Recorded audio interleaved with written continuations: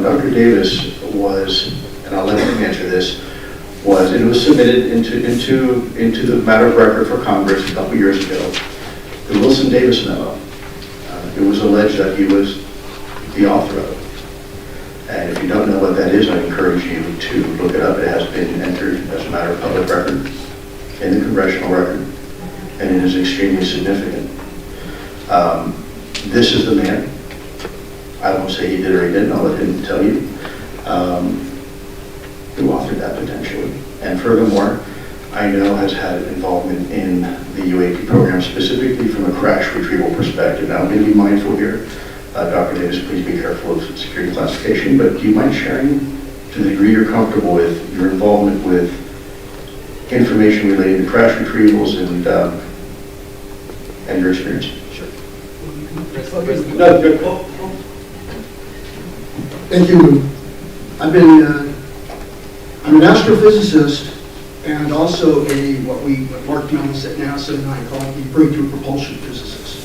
We worked on breakthrough propulsion together from 1996 to 2002, and then we continued after that to develop a book that we published with the AIAA Press in 2009, Frontiers of Propulsion Science. So my background is in advanced deep space and interstellar spaceflight, mostly faster than light propulsion through the use of general relativity theory and quantum field theory, as well as advanced nuclear propulsion like nuclear fission and nuclear fusion. And beamed energy propulsion, which I worked on as a principal investigator for the Air Force Research Lab at Edwards Air Force Base. So I've got quite a broad background. And I began my work in UFOs, started in 1996 when Robert Bigelow hired me to work for him as his director of aerospace physics and astrophysics at the National Institute for Discovery Science. And that was a pretty transformative job for me because as a physical scientist, I'm seeing for the first time odd phenomena. I'm investigating it using forensic science techniques in the field, interviewing witnesses, collecting data. And I have a team of colleagues on the staff that I work with, also PhDs. And we have a world-class science advisory board, which my former boss in Austin helped put off. Was on the board of directors, was on that science advisory board, and was the last chairman of that board actually. We also had Apollo 14 astronaut Ed Mitchell, and for a short time Apollo 17 astronaut Jack Schmidt, and we had many academicians and former CIA, national intelligence officers, social psychologists, medical doctors, and nuclear engineers, and the list goes on. We had Chuck Bellini primarily as well. So it was a really transformative because I grew up in the 60s and 70s, and I became familiar with Carl Sagan. Carl Sagan and Astronomer Gordon Page co-authored a book called UFOs, A Scientific Debate, which was published by the AAAS Press. The AAAS is the American Association for the Advancement of Science, and Science is their prestigious journal that they publish. And so that was a prestigious publication. Every chapter was authored by experts in the field in academia who have studied UFOs and some angle of it from a scientific data standpoint. Data that was collected, data that was analyzed. And so they presented it and published the book.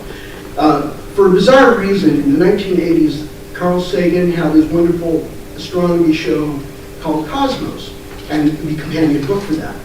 And what's ironic is that he changed 180 degrees. He all of a sudden went from being UFOs, we have in this book that I co-authored or co-edited with Thornton Page, all of this wonderful data that's been collected that is not explainable due to conventional astronomical, weather, or man-made explanations or events or objects.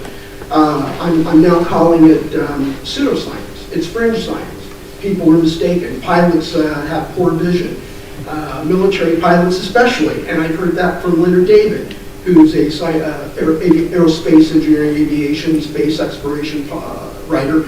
And people like him have said that our military pilots, especially the ones at the USS Nimitz, during its encounter of the Tic Tac UAP back in November of 2004, oh yes, those pilots have poor vision. They're flying, what, $20 million fighter aircraft? And they have poor vision. How did they get through the Naval Aviation Program and Top Gun School with poor vision? Dr. Davis, could you elaborate a little bit on your, again, to the degree that you're comfortable? Oh, I know what you're with. So it was a transformative issue for me, or a job. It transformed my worldview. It opened up my worldview to a lot more possibilities than what I was used to thinking as a trained PhD physicist. I earned my doctorate in astrophysics at the University of Arizona in '91. And so I worked on 3 space missions in graduate school, the IS, which is the Infrared Astronomical Satellite Program, and the 2 Voyager missions to the outer planets. So as pertaining to the topic that Lou wants me to talk about, I'm not trying to avoid it. It is a sensitive subject. It's due to astronaut Ed Mitchell, Dr. Ed Mitchell, Captain USN retired. Because of him, and I won't go into a long story, but it's because of him that I got on the trail of looking for the so-called legend within the UFO community. The retrieval of crashed or landed UAP craft, or UFO craft as they were known back in those days. And by the way, UAP, the term unidentified aerial phenomenon, goes back to the 1940s even. So I followed this trail, and I ended up, over the course of the following 2.5 decades, working for Bigelow, working for the Air Force Research Lab, working for Hal Puthoff at Urtech International Incorporated, and then working at the Aerospace Corporation. So we're working in a combination of industry and classified programs that we were contracted to do on behalf of for the Defense Intelligence Agency, and for the Pentagon agencies that Lou worked at, and the UAP task force that Jay Stratton led at the Office of Naval Intelligence. And so, a long story short is that I came into contact with industry leaders, technical scientists, both active duty and later retired, as well as intelligence officers, generals, admirals, colonels, people who directed intelligence or human intelligence collection and analysis directorates at the DIA and the Central Intelligence Agency, who reached out to me to have me do some foreign UAP intelligence analysis and assessment. And so I had been exposed to so much in the classified realm that I can tell you definitively that there there. The human race, basically the world's biggest governments, like the United States, our adversary China and Russia, at least as far as I know, have had the occasion to recover craft that have either landed or crashed or both in their territory or even outside of their territories, and have taken those back to the most sensitive of their programs that they've ever had. These programs are even more sensitive and more well hidden than the Manhattan Project was, or the modern nuclear weapons industry and the U.S. military and the Department of Energy programs to maintain and upgrade and modernize our nuclear weapons arsenal. And so this is one of the most well hidden programs. It is hidden from congressional oversight, and it always has been. And it was hidden by the action of President Eisenhower, who instituted Presidential Emergency Action Directives during his administration. These directives are not shared with Congress. They are classified. And when the Freedom of Information Act was instituted in the 70s, those are not subjected to the Freedom of Information Act request. These directives provide cover for actions that are associated with the retrieval of these vehicles and the scientific and engineering study of them. And that takes place within the industry. What happens is the Department of Defense offices, CIA offices, they create shell companies. They give a sole source contract to the shell company, who passes the money to a selected group of defense industry firms. And those firms will take that contract money and turn them around and use that as internal funding. It's called internal research and development funds, which they give to their own people inside their company, their own employees, to do the reverse engineering and analysis and study of these recovered vehicles. And so this avoids all congressional oversight. It avoids the Gang of Eight. And it's one of the most clever techniques used to hide it. And as far as I know, only one 4-star general and one 3-star admiral were able to locate these programs. And that's about as much as I can say. They located the programs.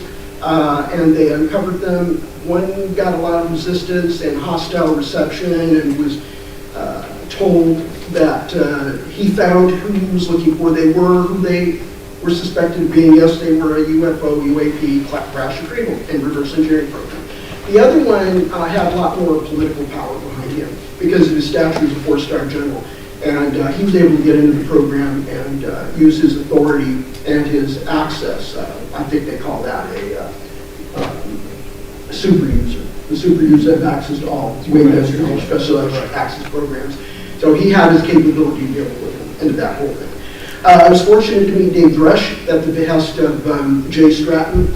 Dave was a NRO liaison officer to the UAP task force, and Dave was working for his boss at the NRO, which was situated in the second floor skiffs of the Aerospace Corporation building in Colorado Springs. And I was assigned to work at the Aerospace Corporation facility in Huntsville, Alabama, because I was supporting NASA's Space Nuclear Propulsion Program office. So Jay put Dave and Dave's boss and I together, and I briefed them for 2.5 days, just a week before COVID struck. And Dave took all of my classified and proprietary information of all the investigations I did at NIDS, AFRO, and working for helping up at ERTEC, and he took that data and ran with it. And what you now know, the aftermath of that was his classified whistleblower complaint to the IG of the IC. And so there is a there. We have had this program going on in various guises, various code names. Code names change roughly every 3 years. They often shift around due to major office and programmatic reorganizations from presidential administration, or maybe every 5 to 10 years in some cases. And so these things are very old. They come in, they've gone, but they're still around. And the amount of money that's been involved, I would say since the beginning in 1944 with the first recovery in Italy, of the U.S. Army's recovery of a craft that crashed in Italy back in 1933. The United States Army, when it invaded Italy and pushed the Third Reich out, they were able to recover that craft and bring it back to Wright Airfield. And all of the crash retrievals that have taken place generally on land have gone to Wright Airfield. The majority of the crash retrievals or recoveries of whatever situation it was take place in the maritime environment. And I'm not sure where that is going. I think they're probably also going to were in those days Wright Airfield. I don't know where they're going today though, because I've only worked on the legacy history of this part of it up until about the early 2010s.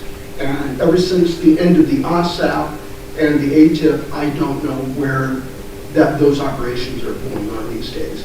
So I think that's about it. Is that If there is a question I would always ask, and I'll just say this really easily. Leslie Keene and Ralph Blumenthal asked me this for an interview I gave them in July of 2020 for the New York Times article that they published. They interviewed Lou and former Senate Majority Leader Harry Reid. I think Harry was already retired then, wasn't he? Yeah. Okay, so I said basically my interface with the leadership at the industry, which were a number of individuals, is the following. The craft that have been recovered are not of this earth. They're not made by human hands. They are not from this planet. They are not human. They are an alien technology, whatever the word alien means. Are they extraterrestrial? We don't know. We don't know. What motives do they have? Well, we need anthropologists and social psychologists and philosophers to figure that out because they haven't communicated that to us. So physicists like me and Avi, we cannot answer questions like motive. We just need to take data. We call it measurements and signals intelligence in the intelligence industry. And Avi I support 1,000% because we need him to do what he needs to do. UAPX is another group from the University of Albany in Albany, New York. They're doing that as well. And there are other groups out there building up their own sensor suites to try to scan the sky full-time, 24/7, to look for something that's high, and definitely not weather, definitely not an aircraft, definitely not a kid's little quadcopter.